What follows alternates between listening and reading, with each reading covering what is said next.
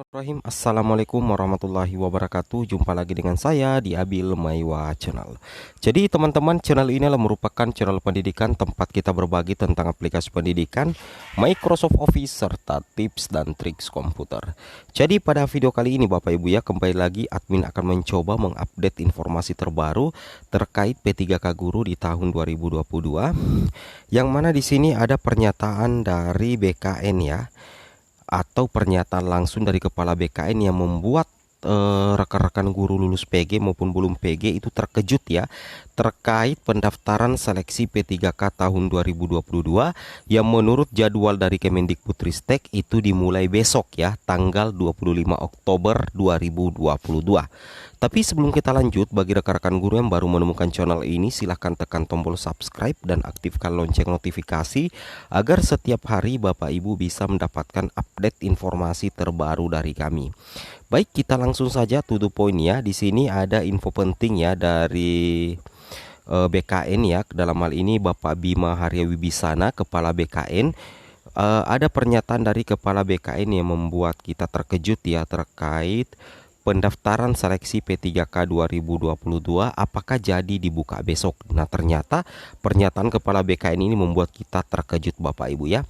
Dilansir di salah satu media elektronik yaitu gpnn.com, di sini dikatakan bahwasanya para honorer yang sudah menantikan pembukaan pendaftaran seleksi P3K 2022 harus bersabar Bapak Ibu ya. Wow. Kenapa kita harus bersabar lagi Bapak Ibu ya, padahal jadwal sudah ada. Nah, di sini dikatakan pasalnya jadwal yang digadang-gadang Kementerian Pendidikan, Kebudayaan, Riset dan Teknologi Kemendikbudristek dibuka pada 25 Oktober untuk seleksi P3K guru bakal tidak terlaksana. Wow ya. Ini ya membuat kita terkejut ya, karena jadwal dari Kemendikbud bahwa untuk pengumuman seleksi kemudian pendaftaran itu dimulai tanggal 25 Oktober Bapak Ibu ya. Tapi di sini dikatakan oleh BKN bahwasanya kemungkinan bakal tidak terlaksana ya, seperti itu ya. Di sini menurut PLT Kepala BKN Bapak Bima Haryawibisana, ada beberapa hal teknis yang belum matching Bapak Ibu ya, sehingga dirinya belum berani memutuskan untuk membuka sistem seleksi calon aparatur sipil negara SSCASN. Salah satunya adalah mekanisme perekrutan guru honorer. Nah, yang jadi pertanyaan, kenapa baru sekarang ya BKN mempermasalahkan terkait hal teknis mekanisme perekrutan guru honorer? Kenapa bukan dari dulu? Kenapa bukan pada saat Permenpan RB nomor 20 rilis? Kenapa menjelang detik-detik pembukaan pendaftaran P3K guru baru dipersoalkan hal-hal seperti ini? Apalagi yang berbau hal teknis Bapak Ibu ya, terkait mekanisme perekrutan guru honorer.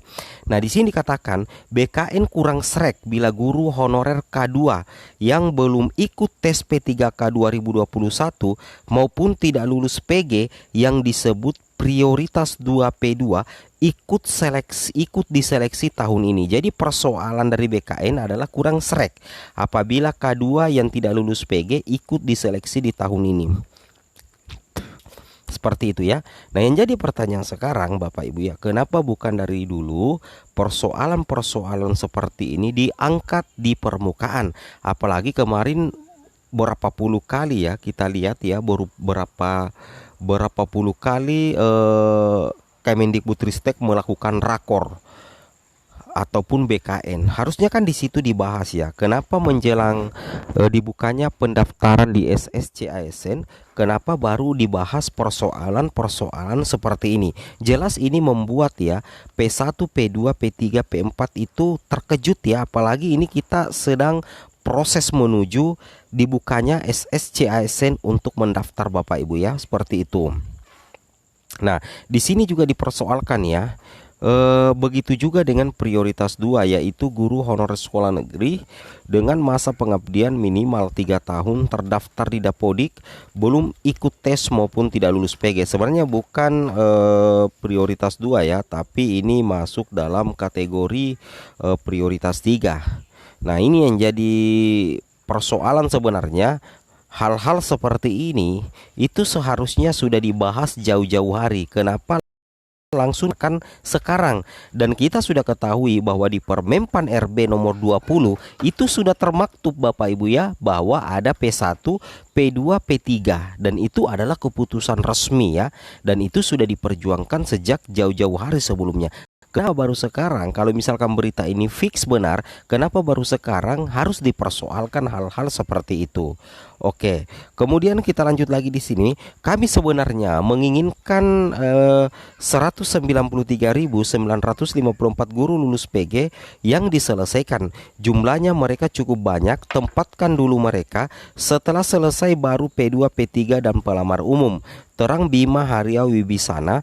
Usai penandatanganan kerjasama BKN dengan Universitas Terbuka di Gedung Kualitas Pondok Cabe, Tangerang Selatan. Nah, kalau menurut hal ini saya rasa sudah matching Bapak Ibu ya, karena untuk prioritas pertama di Permenpan RB adalah penempatan guru lulus PG dulu. Itu pun 193.954 guru lulus PG itu tidak bisa diangkat semuanya Bapak Ibu ya. Itu tidak bisa diangkat semuanya. Hanya sekitar 134.000. Dan jika masih ada ketersediaan formasi, tentunya akan melangkah ke P2 dan P3 serta pelamar umum.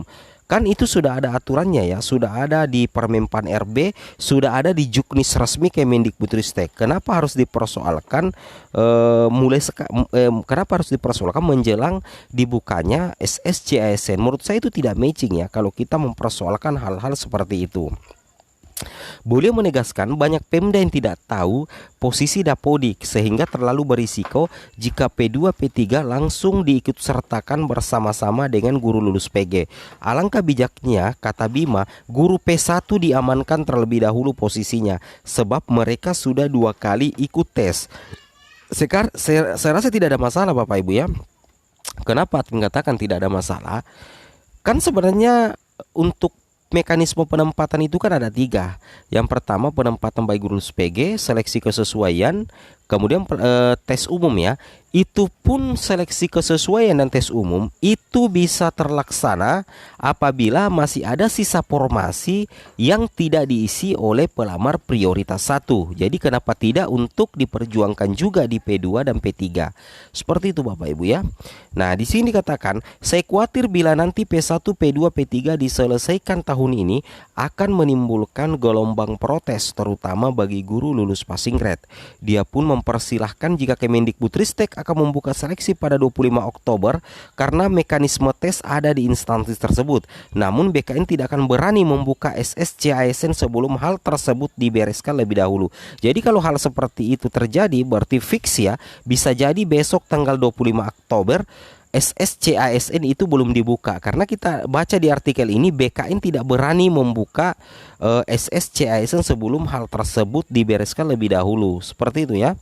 Oke, sebelumnya ada surat PLT Dirjen GTK ya Kemendikbudristek tertanggal 20 Oktober Bapak Ibu ya, yang isinya penyampaian jadwal pelaksanaan seleksi P3K guru ya.